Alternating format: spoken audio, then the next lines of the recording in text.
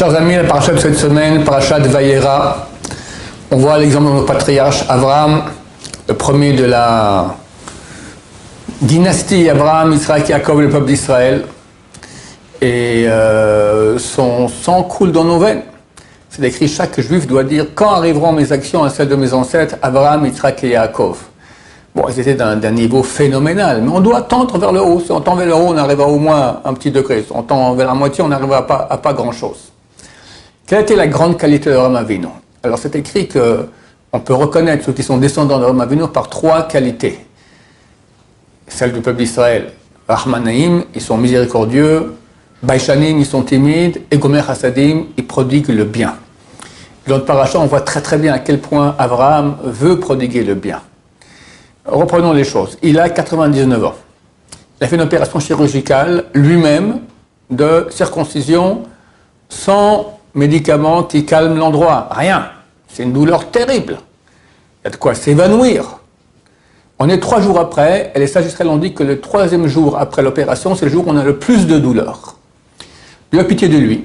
Il sait qu'Abraham Avinu, il reçoit les invités. Alors sur les invités, il va se lever malade, il va souffrir, c'est terrible. Donc qu'est-ce qu'il fait? Il amène, c'est marqué qu'il a sorti le soleil de son fourreau, la canicule. 48 degrés à l'ombre. D'accord? On ne peut pas sortir le petit doigt à l'extérieur. Mais il est triste. Il est triste. Sa vie, c'est aider son prochain, donner. Dieu voit, et Dieu a pitié de lui. Il dit, ok. Il lui amène 3 invités, 3 anges. Abraham ne sait pas que c'est des anges, il croit que c'est 3 arabes. Maintenant, Abraham les voit, c'est marqué qu'il ne s'est même pas levé pour courir vers eux. Il les a vus et il a couru. C'est-à-dire qu'il ne s'est même pas fait lever pour courir. Il a couru de la position assise comme dans les bandes dessinées, d'accord? Et court. Mais comment tu cours? Tu es après une opération chirurgicale. Il ne peut rien faire maintenant. Il doit être fiévreux, en train d'hurler. C'est terrible. Il court. Maintenant, plus que cela, les sages israéliens ont dit qu'il est en train de parler avec Dieu. Et tout à coup, il voit les 3 arabes. Il dit, qui passe avant, Dieu ou les 3 arabes? Et il a tranché Abraham Avinu. Et quand il tranche, c'est la halakha. Les 3 arabes. De là, on dit les sages israéliens, plus grande est le fait de recevoir des invités que de recevoir la face de la présence divine. Phénoménal! L'entraide, la gmilut chassadim, l'entraide qu'on doit faire l'un avec l'autre. Rabbi Chaim Vital, l'auteur de toute la Kabbalah, écrit qu'il ne faut pas qu'il y ait un jour qui passe sans qu'on fasse de l'entraide. Et quand on va décéder, on va être jugé, on nous posera 2 questions. Il y aura plusieurs questions, mais les questions primordiales sont l'axe étude de Torah pour les hommes et entraide. C'est écrit qu'actuellement, nous pensons être dans les douleurs d'enfantement du Messie. La Gemara, dans le traité Sanhedrin, dit que doit faire la personne pour être sauvée des douleurs d'enfantement du Messie. Hein? Aujourd'hui, on sent qu'il y a un grand danger dans le monde entier, en Israël, en Europe, partout. Que faire pour être sauvé? La Gemara dit être affairé pour les hommes à l'étude de Torah, et les femmes, on pourra dire lecture de Tehillim, et affairé à l'entraide. Pas une entraide. Et regardez, celui qui va le matin mettre une pièce d'argent à tzedaka pour les pauvres, c'est aussi une entraide, ça va. Il rentre dans le cadre de qu'il n'y ait pas un jour qui passe sans aider son prochain. Mais pour être sauvé des douleurs d'enfantement du Messie, et si on veut avoir un bon niveau le jour du jugement, alors c'est marqué être affairé. Affairé. C'est mon affaire. Quand quelqu'un a une affaire, il dépense jour et nuit. Ça doit être ça ton affaire. Tu es affairé sans cesse. Comment faire du bien à mon prochain? Ça peut être de l'argent, ça peut être un repas, ça peut être un sourire, un mot gentil. C'est écrit, celui qui donne de l'argent à un pauvre, il reçoit 6 brachot. Celui qui lui dit un mot gentil, il reçoit 11 brachot. Tu demandes au pauvre, qu'est-ce que tu préfères? Un mot gentil ou une pièce? Il te rajoute une pièce. Parce que lui, il comprend ce qui est terre à terre. Mais les sages d'Israël comprennent que quand tu vas l'encourager, lui faire un sourire, seras gentil avec lui, tu vas le bénir, tu lui fais beaucoup plus de bien. Combien de gens on peut aider comme ça autour de nous? Aujourd'hui, surtout, les gens il ne faut pas être déprimés, mais ils peuvent être déprimés, ils peuvent avoir peur, il y a de la tension. Un sourire, un message de confiance. Combien on peut faire du bien et ressembler ainsi à notre ancêtre Abraham Avinu, il faut bien comprendre, dont le sang coule dans nos veines. C'est pas tellement de générations, c'est combien? 120, 130 générations, c'est pas énorme, d'accord? La Gemara raconte que Rabbi Yochanan ben Zakkai quittait Jérusalem, est accompagné par Rabbi Yoshua. Il passe près de l'endroit du temple. Rabbi Yochanan ben Zakkai, qui a vécu la destruction du temple, il se met à pleurer. Il dit, regarde, l'endroit que nous avions qui expiait nos péchés. Tous les jours, il y avait 2 sacrifices, le matin et l'après-midi, et ça expiait nos péchés, les péchés du peuple d'Israël. Aujourd'hui, on n'a plus cela, c'est terrible. Alors Rabbi Yoshua l'a tranquillisé, il lui a dit, tu sais quoi, il y a autre chose qui remplace les péchés. Comme c'est écrit, la Gmilut Chasadim, le fait d'aider son prochain, ça remplace les sacrifices quotidiens qu'il y avait au temple. Et le Chafetz Chaim dit, vu que ces sacrifices étaient quotidiens, donc nous aussi, notre Gmach, notre Gmilut Chasadim, notre entraide doit être quotidienne, tous les jours. Et comme je dis, plus ces jours-là, on pense être dans les 12 enfantements du Messie. Le Messie arrive très bientôt, merci Hachem. Mais c'est difficile, c'est comme un accouchement. Alors le résultat sera fantastique, un bonheur incommensurable. Mais l'accouchement, c'est l'accouchement, d'accord? Alors il y a une péridurale. Elle s'appelle comment? Étude de Torah pour les hommes et pour tout le monde, Gmilut Chasadim, faire du bien autour de soi. Demain vendredi, enfin je ne sais pas si ce sera demain vendredi, mais le vendredi de la veille de Parashat Vayera, à l'époque, c'était le décès du Chazon Ish. Donc c'est durant cette semaine, je ne connais pas la date exacte, du Chazon Ish. Chazon Ish, c'est, on peut dire, le plus grand rabbin ashkénaze du siècle dernier, avec le Chafetz Chaim. Celui qui en quelque sorte, il a mis en place la communauté orthodoxe en Israël. C'était pas beaucoup, c'était Bnei Brak, il y avait 200 familles à tout casser, d'accord. Mais c'était un ange, un ange. Alors il sait faire énormément en Torah, jusqu'à épuisement total. Mais il faisait aussi beaucoup de bien aux gens. Il recevait les gens, leur donnait des conseils, il faisait beaucoup. Une fois, il y a un couple qui est venu après la Shoah, ils sont restés chez lui quelques heures. Et pourquoi? Ils voulaient vendre, parce qu'ils n'avaient pas beaucoup d'argent, ils voulaient vendre tout ce qu'ils avaient comme objet qu'ils ont amené avec eux.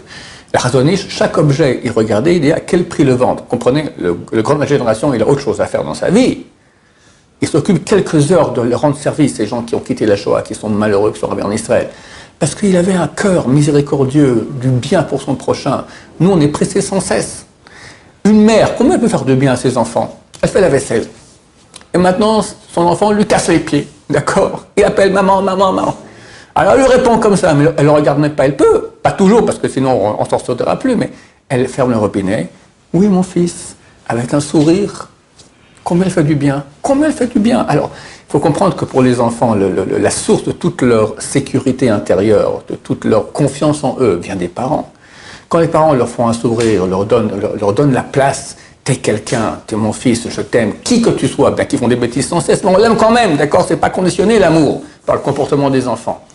Mais combien c'est un grand chesed? Je crois que les gens qui font le plus de chesed, ce sont les mères, d'accord? Parce qu'elles sont 24 heures sur 24 au service acharné, une servitude des enfants. Servitude, depuis le jour de la naissance jusqu'à 120 ans, parce que, comme on dit, petits enfants, petits problèmes, grands enfants, grands problèmes. On n'arrête pas, on n'arrête pas. Mais le faire avec cœur, le faire bien, ça créera des enfants tellement réussis, des adultes tellement réussis. C'est le plus grand chesed qu'on peut faire. On peut faire chesed, je crois que j'ai déjà raconté ici, je le raconte encore une fois. Quelqu'un, il voulait faire du chesed, il a vu mon cours, il dit, allez, je m'inscris. Il y avait un organisme qui vous envoie à toutes sortes de maisons, de veuves, d'orphelins, de gens qui ont besoin d'aide. D'accord? Alors il partait, je crois, 3-4 soirs par semaine. Et pour finir, un jour, alors dans l'ordinateur, on lui dit quelle adresse aller. Et un jour, on lui dit sa propre adresse, il ne comprend pas. Alors sa femme lui dit, oui, moi j'ai besoin aussi d'aide, moi aussi j'existe, d'accord? J'ai écrit à cet organisme et ils t'ont envoyé ici à la maison. Ça veut dire quoi? Des fois, on va l'aider, la veuve et l'orphelin, mais ta femme, elle a besoin de toi. Un sourire, un mot gentil, une aide, descendre les poubelles, passer un peu un balai, aider! Ça vaut pas de l'or, ça vaut la maba, ça vaut Dieu. Dieu, il est chesed, Dieu, il est bon. La Kabbalah, elle dit que le tuyau spirituel, le Kabbalah par lequel passe tout, c'est le chesed. Et nous, on demande à Dieu du chesed, on veut la bonté. Si Dieu va se comporter avec nous d'après la justice divine, on est fichu. Tout ce qu'on fait comme prière, tout ce qu'on fait comme une fois, c'est uniquement pour adoucir la justice et que Dieu ait un comportement avec nous de chesed. Mais si moi je ne fais pas du chesed, alors Dieu va faire du chesed avec moi? Jamais. C'est une chose archi connue dans la Torah. C'est mesure pour mesure. Comment tu te comportes avec ton prochain, comme ça Dieu se comporte avec toi. Donc il faut y aller à fond. Le Chazon Ish, j'ai commencé à dire, un jour quelqu'un vient prendre conseil chez lui, et il lui laisse un billet. Il dit non, je prends pas d'argent. Mais comment vous vivez? comment je vis? Moi, ce qui me donne la vie, c'est faire du bien à mon prochain. Il sentait la sève de vie qu'il y avait en lui provenait de faire du bien. Quand tu fais du bien, tu vis. Quelqu'un, il vit pour lui-même, il est fermé. C'est un mort. Un mort. Parce que tu es petit, tu n'es rien. Quand tu donnes, tu deviens à l'image de Dieu, tu es un donneur. Donc tu as un flux de vie qui passe par toi énorme. Abraham Avinu, c'est ce qu'il avait aussi. Abraham, il a connu Dieu à l'âge de 3 ans. C'était un fan de Dieu, il était prêt, il a fait des années en prison, après il a été jeté au feu pour Dieu. Alors maintenant, ok, t'es sorti, qu'est-ce que tu fais? Alors, il n'y a pas encore la Torah, sinon il leur enseignait beaucoup. Il enseignait aussi aux gens que le Dieu monothéiste, les lois noachides, etc. Mais faire du bien, être à l'image de Dieu.